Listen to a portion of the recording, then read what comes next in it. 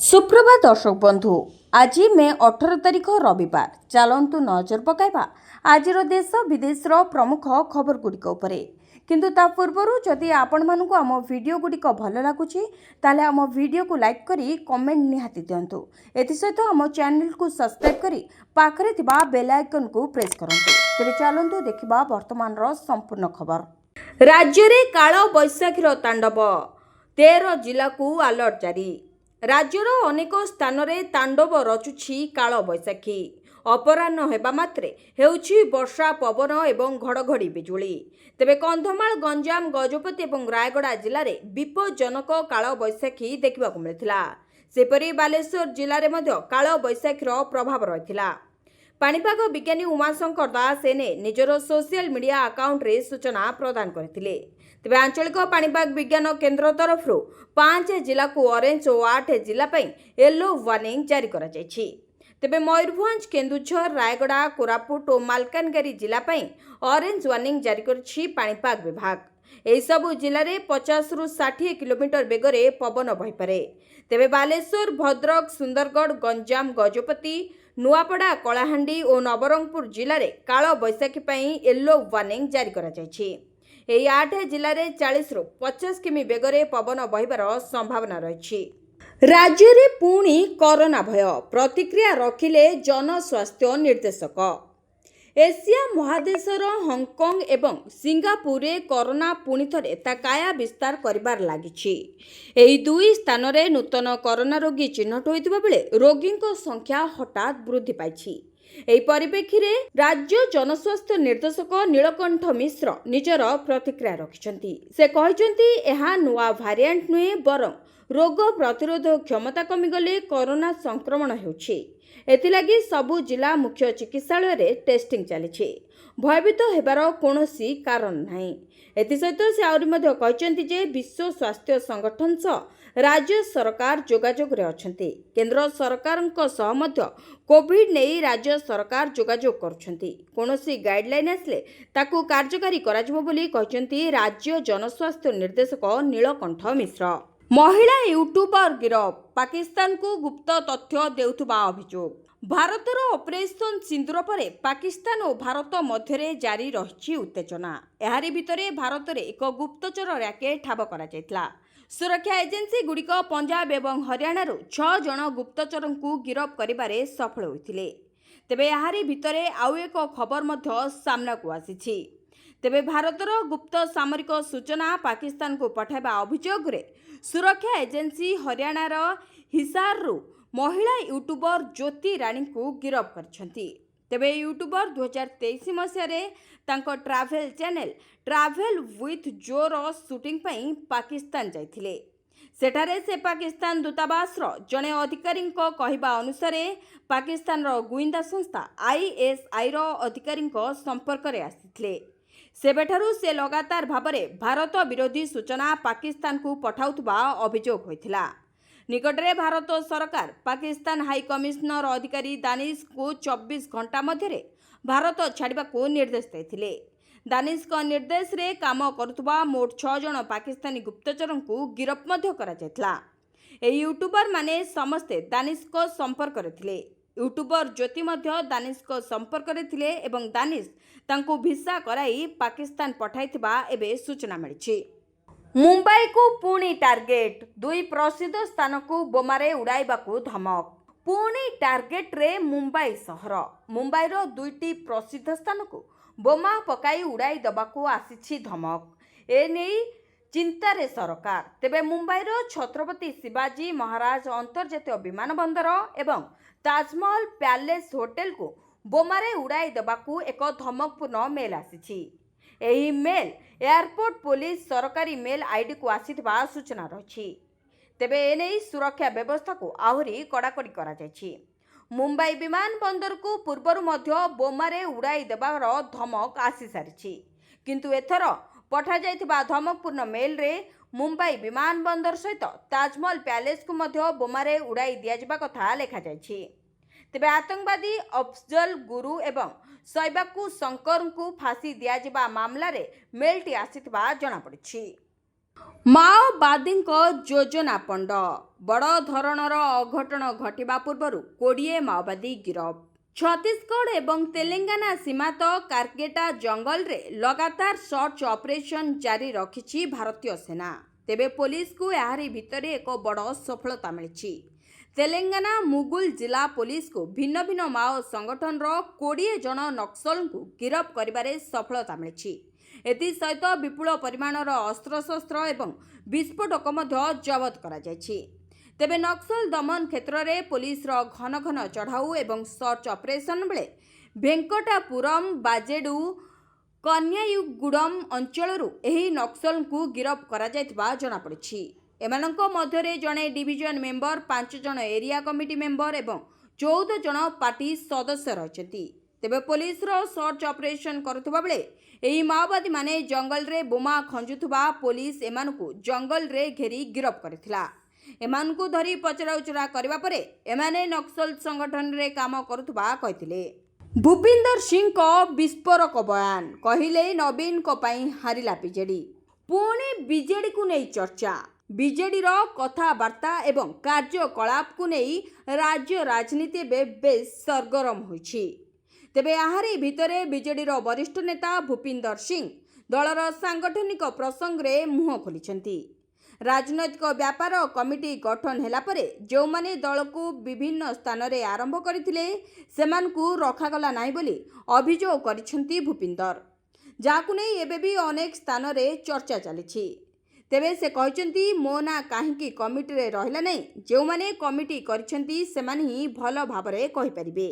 ଆମେ ଯେଉଁ ବରିଷ୍ଠ ନେତାମାନେ ବସିଥିଲୁ, ଦଳ ବିରୁଦ୍ଧରେ ବସିଥିଲୁ ବୋଲି ସେ ପ୍ରଶ୍ନ କରିଛନ୍ତି।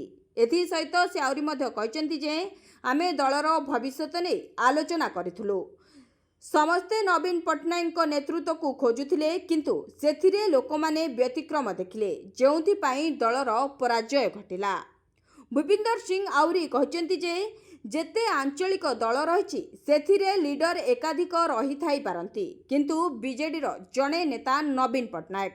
ନିର୍ବାଚନରେ ଲୋକେ ନେତାଙ୍କୁ ଦେଖିବା ପାରୁନଥିଲେ ବୋଲି ଦଳ ହାରିଥିଲା ବୋଲି ସେ ମତ ପ୍ରକାଶ କରିଛନ୍ତି।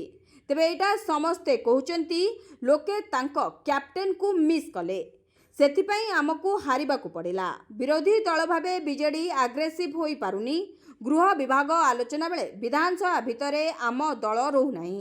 ଏହା କେତେଦୂର ଯୁକ୍ତିଯୁକ୍ତ ମୁଁ ବୁଝିପାରୁନାହିଁ ବୋଲି ସେ କହିଛନ୍ତି, ଯାହାକୁ ନେଇ ବର୍ତ୍ତମାନ ପୁଣି ଥରେ ଚର୍ଚ୍ଚା ଜୋର ଧରିଛି। ଘର ତିଆରି ପାଇଁ ମିଳିବ 2,75,000। କେନ୍ଦ୍ର ସରକାର ଗରିବ ଓ ପଛୁଆ ବର୍ଗଙ୍କ ପାଇଁ ଅନେକ ଯୋଜନାମାନ କରୁଛନ୍ତି।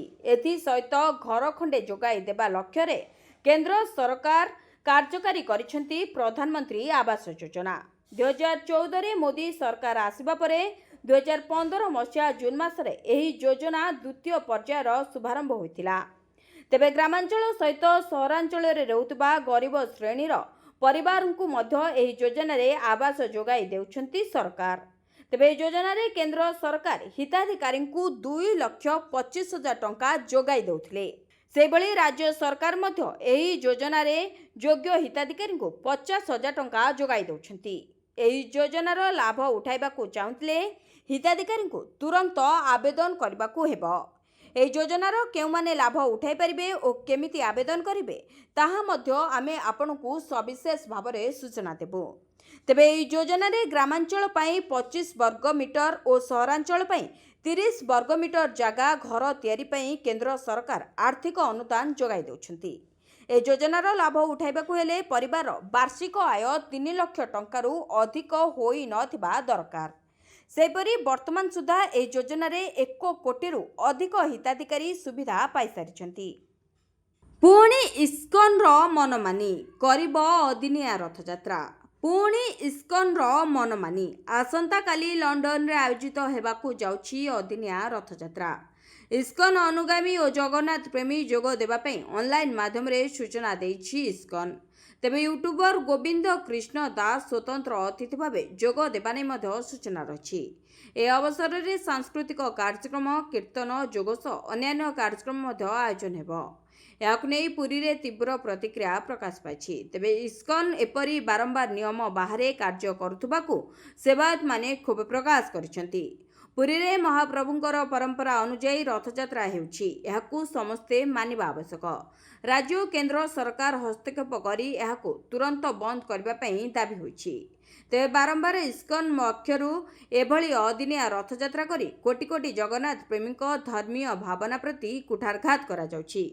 एपरिकी इस्कन पक्षरु रथारूढ़ श्रीजीउंकर फुल फोटो भी जारी होइछि। बलभद्रंक तालध्वजरे जगन्नाथंक फोटो रहितबा बेले सुभद्रांक दर्प दलनरे बलभद्र और जगन्नाथंक नंदीघोषरे देवी सुभद्रांक फोटो रहिछि। तेबे एने इस्कन पक्षरु कोनोसी प्रतिक्रिया मिल पार नाही। ग्राहकंकु झटका देला एसबीआई पुणी कमिला सुध हार। स्टेट बैंक ऑफ इंडिया ग्राहकंकु पुणी थरे एक बड़ झटका देछि। बैंक एफडी उपरे पुणी थरे सुध हार लागू होइछि। एसबीआई साधारण लोकंकु एवं वरिष्ठ नागरिकंक पई निजर एफडी सुध दर रे ह्रास करिछि, जाकि 16 मई 2025 रु लागू होइछि। तेबे बैंक रो वेबसाइट अनुसार एसबीआई एफडी दर रे 20 बीपीएस रो ह्रास करिसेंती। गत थर 10 एप्रिल 2025 रे एसबीआई एफडी रे सुध हार ह्रास करथिला, अर्थात पूर्व एफडी दर रे ह्रास ठीक गोटिए मास परे द्वितीय थर ह्रास होइछि। ह्रास परे एफडी रे सुध दर एसबीआई द्वारा समस्त अवधि रे 20 पीबीएस ह्रास परे 3 कोटी टंकारु कम राशि पई साधारण नागरिकंक पई 3.3% एवं 6.7 वार्षिक मध्यरे एफडी उपरे सुध हेबो। जाजपुर रे सृष्टि हेबो 34,000 नियुक्ति सुजोग घोषणा कले शिल्प मंत्री। शिल्प पई जमी नेई काम करुनथिबा शिल्प अनुष्ठान को द्वितीय सुजोग रहिछि। एमाने परे जदि सुजोग रे काम न करिबो तेबे कंपनी को जमी फेराइबा पई कहचंती शिल्प मंत्री संपद स्वाई। पूर्वरु जेउ शिल्प अनुष्ठान जमी नेइथिले काम आरंभ करंतु सेमानकु आमे द्वितीय सुजोग देउछु, नचे जमी फेराइबाकु पड़िबो। केते शिल्प कार्य आरंभ होइछि केते आरंभ होइनी तार तालिका होइछि। तेबे मे 22 रे शिल्प न्यास उद्घाटन हेबो। उत्कर्ष ओडिशा रे आसीथिबा प्रकल्पर शिलान्यास मध्य हेबो। एने शिल्प मंत्री सूचना दैछंती। एथि सहित मंत्री आउरी मध्य कहिसंती जे जाजपुर रे 12टी प्रकल्पर शिलान्यास हेबा सह 4टी प्रकल्पर उद्घाटन करिवे मुख्यमंत्री मोहन चरण माझी। या द्वारा 34,000 लोकंकु नियुक्ति मिलिबो। मोटे 1,14,000 कोटी टंका प्रकल्पर ग्राउंड ब्रेकिंग और उद्घाटन हेबो। केवल एमओयू न करी कार्य जारी रखिसंती। जाजपुर रे 63,000 कोटी टंकार प्रकल्प करिबो टाटा। से कहचंती आम सरकार जगतसिंहपुर रे पोस्को स्थान रे जेएसडब्ल्यू प्लांट आरंभ करिसंती। मोदी सरकारଙ୍କ सपक्षरे कहिबे ओवाईसी विश्व सम्मुखरे पाकिस्तान रो करिबे पर्दाफाश। विश्व मंचरे पाकिस्तान प्रायोजित आतंकवादी को प्रदर्शित करने पई एक कूटनैतिक पदक्षेप अंश स्वरूप केंद्र सरकार एक सर्वदलीय प्रतिनिधि दल को विभिन्न देश गस्त करने को निष्पत्ति दैछंती।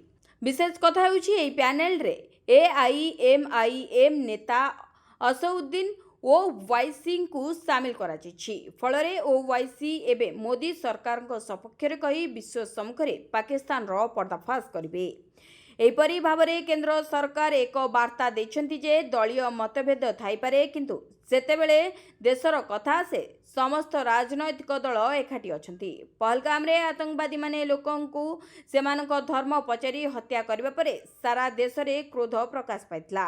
ओवाईसी स्पष्ट भावे कहितले जे एबे पाकिस्तान को उचित जवाब देबार समय आसीछि। यह कहितले जे पाकिस्तान एक निर्लज एवं विफल देश। एपरी परिस्थिति रे एबे पाकिस्तान को बुझाइबार समय नुहे बरं दंड देबार समय बोली से कहितले।